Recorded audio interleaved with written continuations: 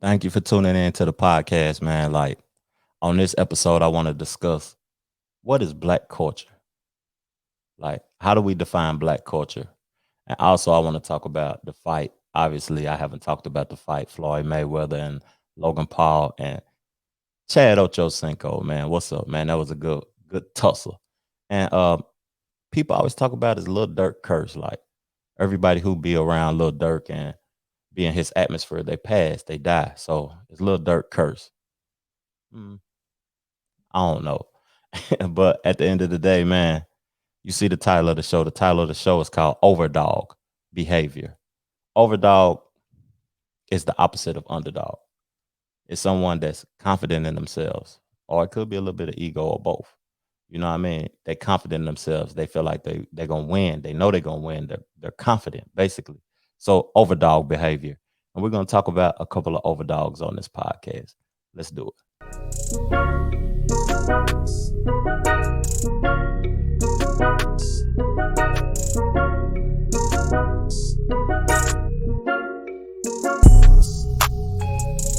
Gerardo.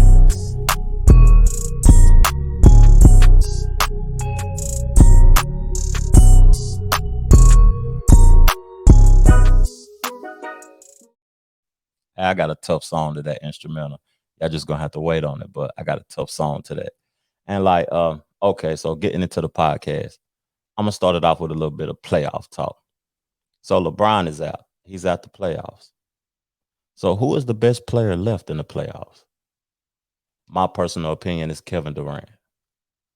And me and my boy, me and Cuz anyway, not my boy, but family, Jack was talking today about usage rate. And I was telling him how valuable Steph Curry is. Like I just seen Steph Curry play some games where he had 12 attempts. He might have hit 9 of them and hit 10 free throws and end up with 30 points. So his usage rate is low. It's real low. Like Steph Curry only got his usage is only 10% of the game. So his team has 90% for them to be able to produce. So what made me bring that stat up was that James Harden and Luka Doncic. Like Luka, his usage rate is 48% right now. That's more than what James Harden usage rate was at the Rockets. So the other 14 players only get 50% opportunity. They got to split up 50% during the game for them to be able to perform. So Luka Doncic is taking 35 shots to score 30 points. So his usage rate is high. James Harden usage rate is high. And I remember listening to Kobe saying that that's not championship ball. You can't win a championship when one individual usage rate is so high because the team cannot form a chemistry.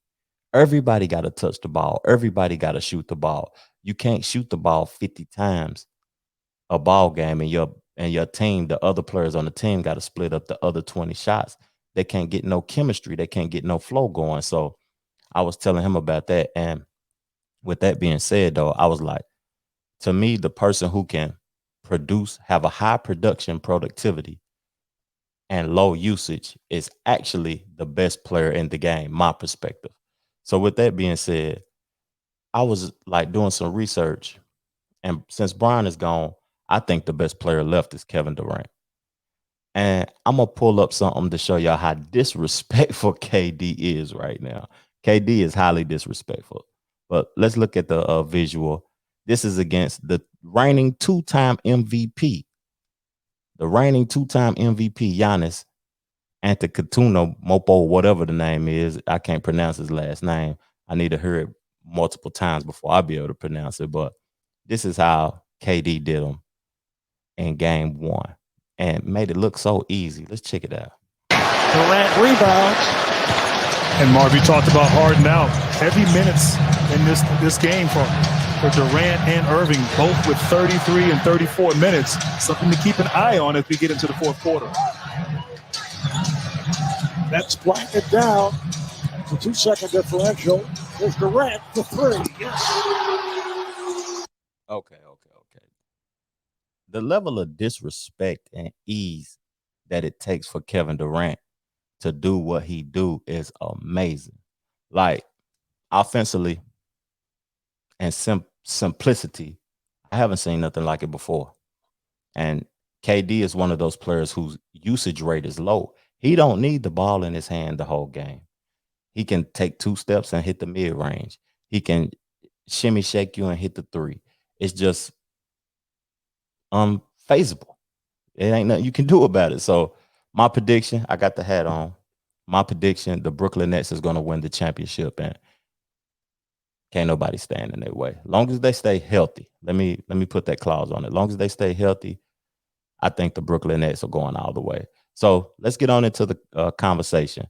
I asked y'all what y'all thoughts was, and I'm gonna ask you the question again. What is black culture? Jill.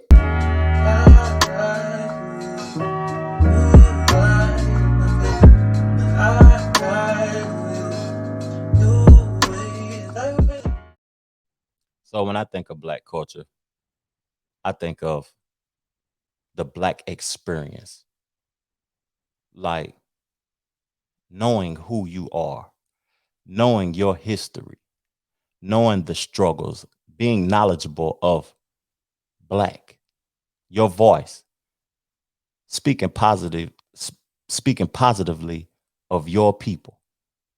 You know what I mean? Everybody else, black culture. So what does that really mean though? What does it mean, black? Because black is not a race. It's not people. Black is not a definition for your ancestry. Who are we? Where we come from? So I looked up the definition. You know, I always read the definition of what black culture is. And black culture, this is the definition on Wikipedia.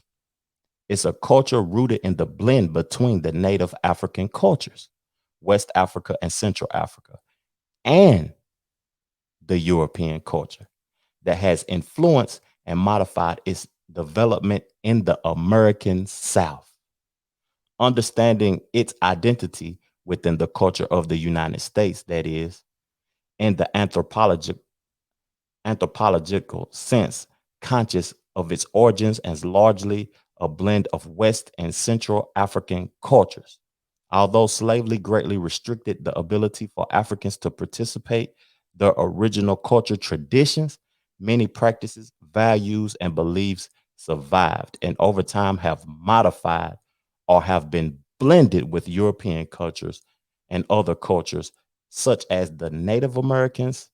African American identity was established during the period of slavery, producing a dynamic culture that has had and continues to have a profound impact on American culture as a whole, as well as a worldwide broad culture. So when I think of that, I think of hip hop, people in hip hop speaking on cultural impact and the culture, this culture. What culture are we speaking of at the end of the day? The hip hop culture has its own aspects, but black culture, like, do you know have you researched the Tuskegee Airmen? Have you researched the Red Summer, the Tulsa burning? Do you know why we protest? Do you know why the police was created? You know what I'm saying? That's black culture. That's what black culture is, knowing. Like we have people in other countries dressing like us, listening to our music, participating in activities that we do.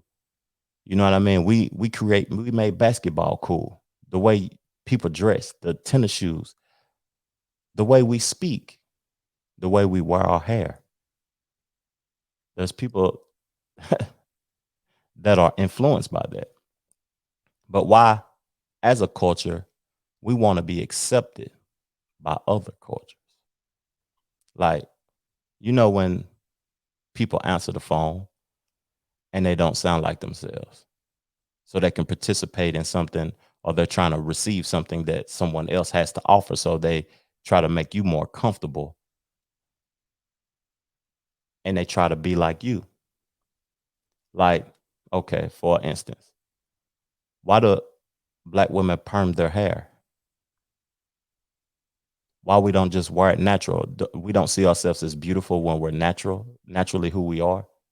Like, you're beautiful just the way you are.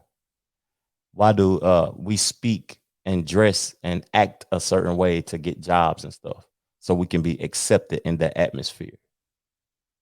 Is it wrong being me?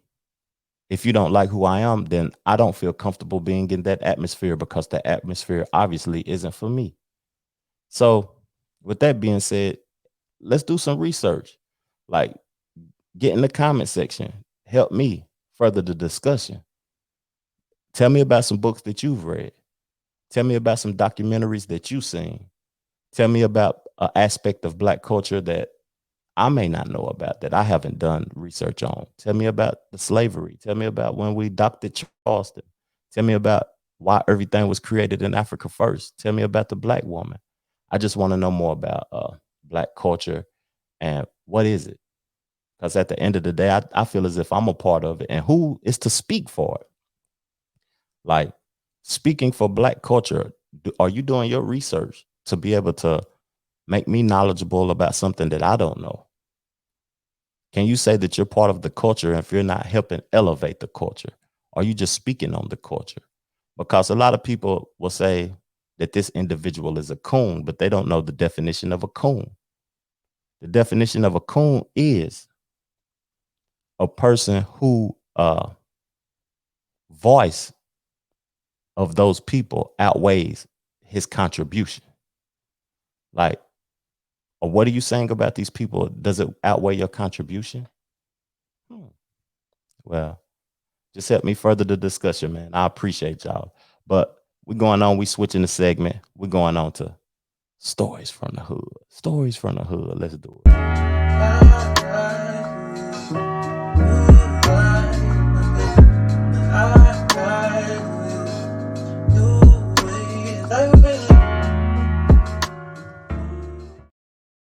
So at one point in my life, I can admit I was a street pharmacist, but I've been removed from that for multiple years, decade plus. So I'm gonna speak on a story from the hood that happened at an early age in my life. I was probably a young teenager, just becoming a teenager, 13, 14 years old. So me and my best friend, we on the porch, right? And we're going through our card collection. We checking our card collection out, and we notice like peers and people that's a little bit older than us, they're running to cars. You know, back in the days in the game when people ran to cars. And I was talking to one of my friends, and he was telling me prices about stuff and how much they make when they run the cars and everything. And I'm a preteen, I'm young. So when this individual was telling me these things, he was telling me about like they make $20 every time a car pull up or more. So when I'm on the porch with my friend and I'm like, man, we broke, I'm broke. We busting food stamps down so we can get a couple of dollars so we can go get some Tops cards. Those cards are worth a lot of money now too. I might can almost buy a Mercedes with the cards I got from that era. But we busting food stamps down to get a hot hamburger, hot sandwich. We busting food stamps down to get cars. You know, in those times in the hood, you'll get $1 food stamp and you'll spend a quarter of the food stamp and that give you 75 cents back.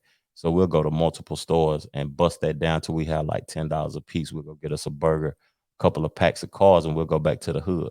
So my peers and the people that was older than me was running to cars, and I said, "Man, fam, I'm gonna count these. I'm gonna count these cars as they pull in." And it's a Friday, so this the weekend. We don't got to go to school the next day.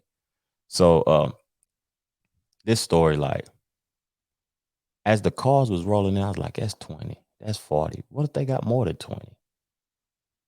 That's 100. That's 20. That's 20. Dang, that go 100 cars. So 100 cars times $20. That's hmm, $2,000. I was like, wow, they making some money out here. Then by the time the sun went down, they done ran up on like 230 cars. So I'm a young kid seeing that. And that was my introduction to the street life, seeing that. And the first day I got acclimated to the streets, I made $1,000 the very first day. But that's my story from the hood. I ain't gonna go too much further because, like telling on myself.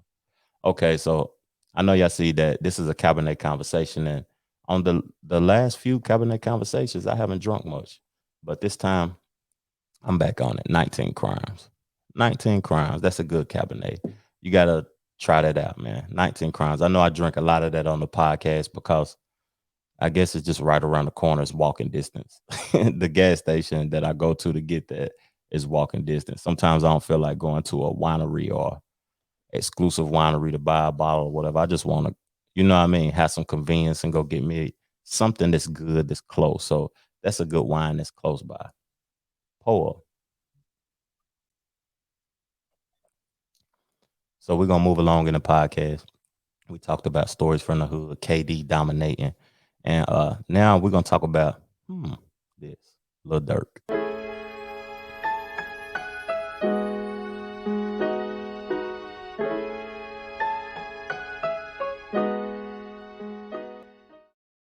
So is Lil Durk cursed? Because people has been dying around him in his presence since he got signed. He was on a Vlad TV interview talking about his cousin. Oh, I don't know which family member this is or whatever. OTF Chino. It was an artist that was his family member and also an artist on his record label. OTF Chino. Then after that, his cousin Newski passed away. Recently, King Von, he got killed in Atlanta. You know the story. I don't have to go too deep into the story, but you know the story. And just yesterday, D-Thing, that's his brother, got killed. So a lot of individuals will be like, is Lil Durk cursed? Is Lil Durk a part of the Illuminati? Has Lil Durk sold his soul so he could be on the Drake record or do this and do that? Is Lil Durk cursed? Well, back to Black culture and talking about cultural appropriation and all of that. The people who are discussing these things, talking about is Lil Durk the Illuminati or Lil Durk sold his soul, they are not street individuals because ain't nothing new in the streets. The only thing that's new in the streets is the players, the pieces on the chessboard. That's the only thing new in the streets. Like, you know, they say it's two ways out of the streets. It's dead in jail. Them the only ways out of the streets. Or you remove yourself. That's the third option. You remove yourself. So what I have to say about this Lil Durk situation is that Lil Durk is not cursed. Lil Durk is really from the streets. And when you're really from the streets, you're going to be engulfed in these activities. Because, like, just my personal experience at this age I am now, and I'm 40 years old, and like, I know more individuals dead from gun violence. I have more friends dead from gun violence than I do alive. And I'm from a little bitty city. But those activities are the same no matter where you go, no matter what hood you in, no matter what you claim or what you represent. Those things have never changed. And at the end of the day, I just wanted to speak on that because people believe and want to believe in things that's not a reality. And like, Lil Durk ain't cursed, man. Lil Durk just involved in a lot of street business. And being from Chicago, y'all know the murder rate in Chicago is ridiculous. It's ridiculous. So I just want to say prayers up to Lil Durk and, man, get well. You could tell that he traumatized when you look in his eyes and listen to his music. He traumatized. But I wish you well and just stay out the streets, my brother, because the streets ain't nothing. They don't even exist no more. So I know this is off the hip hop and sports topics or whatever, but I want to talk about something that I looked at today on CNN. And this topic is meat making the planet sick? And if you listening to this podcast on Spotify, Apple, Anchor, Deezer, wherever you listen to this podcast at, chop it up with us, man, and come look at the visuals on YouTube, because for you to really grasp what Fareed Zakaria is saying from CNN, you have to see what I put up on the screen. So let's talk about it. One of the fanciest, highest rated, most theatrical, and most delicious restaurants in Manhattan made a stunning announcement last month. 11 Madison Park announced that after a long closure due to the pandemic, it would reopen with an entirely animal-free, plant-based menu. It's part of a larger trend that seems to be slowly gathering more and more steam. People are seeing the light, as I have, that eating animal products can not only be bad for you, it can be bad for the planet. I'm not a vegetarian yet, but working my way to having more vegetables and less meat. My next guest says that this trend needs to speed up. In the New York Times, Ezra Klein published a manifesto saying, we need a moonshot for meatless meat. Ezra, welcome back to the show. Thank you. Good to be here. So tell us about your journey, because you used to be a delighted and voracious meat eater. You'd post pictures of hamburgers on your Instagram. What happened? I had known that the way we treat animals on factory farms wasn't something that I morally could support, and I could just push it out of my mind. And that's what I did for many years. But I say that to say, like, I loved meat. As you say, I put it on the Instagram. I, chased after fancy restaurants. And then in my 20s, I began going more vegetarian and went back and forth. For a long time, I was vegan, except I would let myself have 3 burgers a month because I love burgers. And I say all that not because my personal journey on this is interesting, but because, and this is core to what I think should happen here, people like meat. I like meat. I'm not here to tell anybody it's not delicious. But what it is doing to the planet, what it is doing to the animals, and what it is doing to our own pandemic and antibiotic risk is something that should worry all of us. So let's talk about that. What is it? Something in the range of 80 billion animals, 80 billion animals are slaughtered every year for meat. What do we know about the suffering, and what do we know about the climate effects? Yeah, and so that's even just land animals. But so 80 billion land animals slaughtered a year for meat, most of them chickens. Look, we live in the age of animal cruelty. It was not possible to raise, concentrate, pack together, and slaughter animals at the scale we do now at any other time in human history because we didn't have the technology. The animals we eat are technologies, are not animals. They're bred to grow really quickly. We pump them full of antibiotics so they don't get sick when we pack them together in these industrial factory farming operations. And I always want to say, like, if you're a farmer or you're eating, regeneratively raised meat, like, that's fine. Like, that's not something I'm all that concerned about. But most of us eat meat from industrial agriculture, and that has tremendous consequences. And there's a lot of disease risk because viruses mutate and evolve in these packed together factory farms. They then can mutate into a form that can jump to humans, or we use so many antibiotics that our antibiotics stop working on us, and then we get antibiotic resistant diseases. So there is a lot of animal suffering here, but stacked on top of that is actually a lot of human suffering too. Mm. What is the climate risk? Something like half of all the habitable land on Earth is used for farming, right? It is wild. Yes, half of all habitable land on Earth is used for agriculture. Most of that is used for animal agriculture. And just to take one step further on that, the reason it matters is what is often happening here is you are clear cutting forests, right? Trees and grasses, they sequester carbon. They pull carbon out of the air and they keep it in themselves and in the ground. You're clear cutting that and then putting cows there. This is happening all over the Amazon, for instance. And then the cows, for a lot of different reasons, are unbelievably intense producers. I'm going to put a link in the description so y'all can look at that video or whatever, because that video was profound to me, because a lot of people who watch the podcast, and thank you for subscribing and watching the podcast, know that I'm a vegan and I live off a vegan diet for the last 4 years. And I didn't become vegan to lose weight. A lot of people think that vegans are skinny, but vegans eat more carbs. We eat more carbs and vegetables.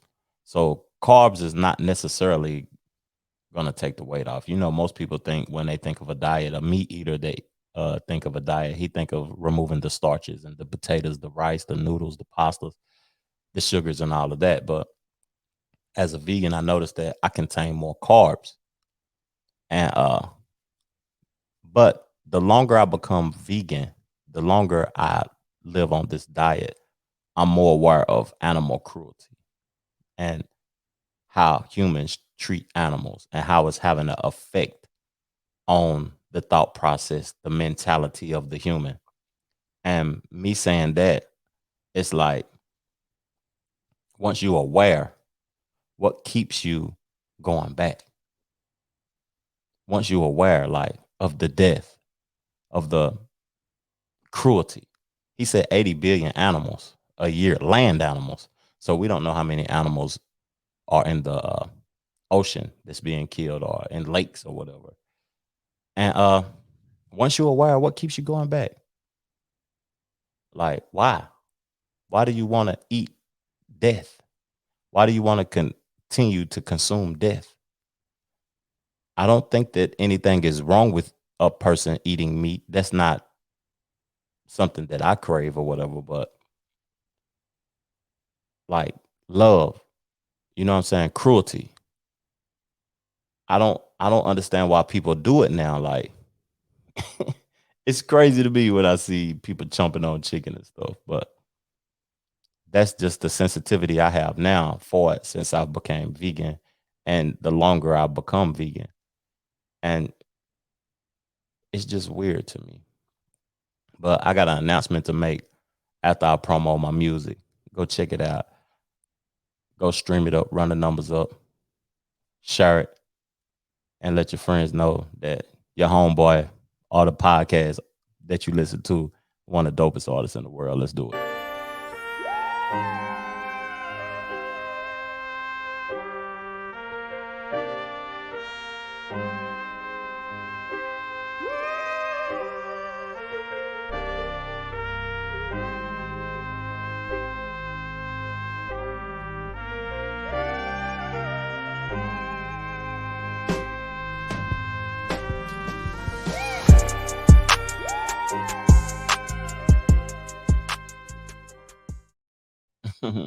Yeah. So I want to announce July the 4th, the first and only visual off of that album will be released on YouTube on this channel. So make sure you're subscribed. July the 4th, we're going to celebrate together. We're going to pop fireworks and we're going to grill out some vegan burgers and some, what's the sticks? The thing you put on some vegetable things on the sticks. We just going to grill out, chill out, light some fireworks and celebrate.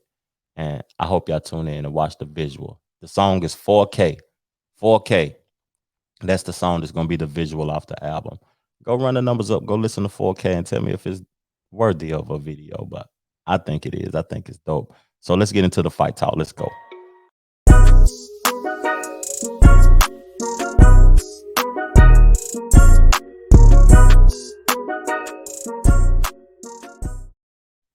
So did y'all pay for the fight? $49?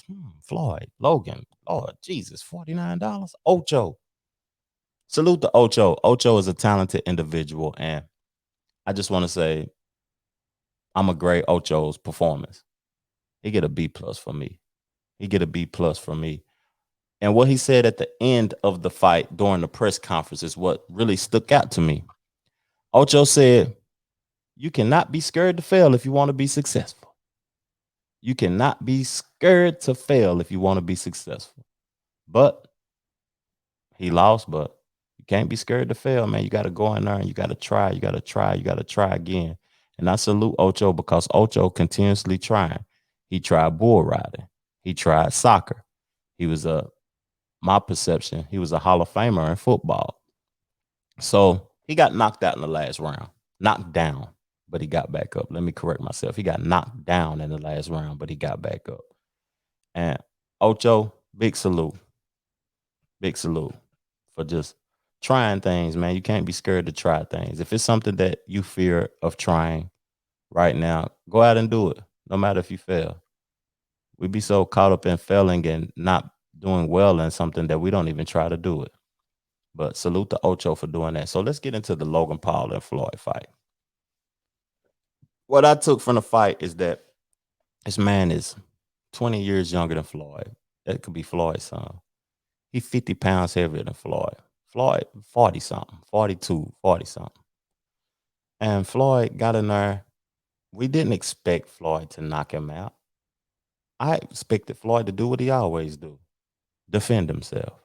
What do they say when they touch gloves? Make sure you keep your gloves up at all times. Make sure you protect yourself at all times. That's what Floyd do. He punch you, scat, protect yourself, make you look foolish. Because dude threw 200 punches and only hit Floyd like 30 something times. Floyd threw 100 punches and connected more. He did less, but less is more. I know y'all hear that statement a lot. Less is more. And Floyd won the fight, man. It was easy work for him, as usual. $50 million process.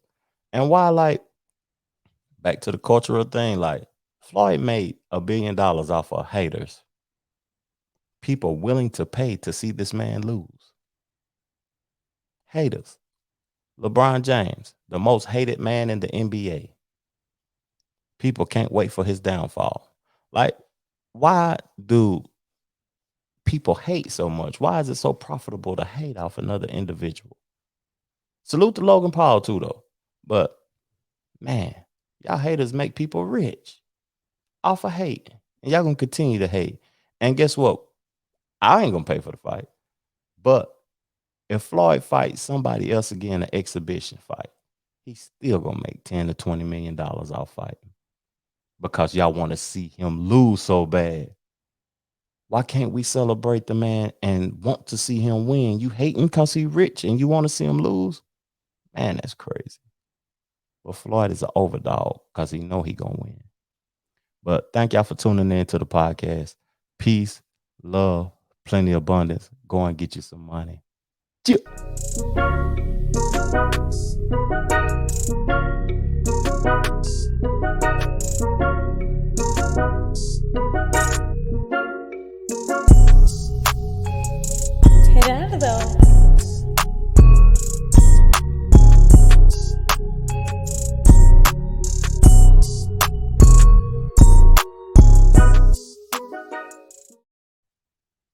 Rewind it back. My fault. I seen on the thumbnail that I made. I didn't talk about Julio Jones. Whew. You know, I'm a Tennessee brother. I'm born and raised in Tennessee. Big salute to the Titans for acquiring Julio Jones for some picks. They're going to be a problem. And I'm going to make a prediction. The Chiefs ain't going to stand a chance against the Titans. They barely could stand a chance against them prior with that running game slowing down that passing game. Now that they acquired another bully to go along with the running back, Titans a problem, a big boy problem. But this time we out for real. Peace, love. Get you some money. Chill.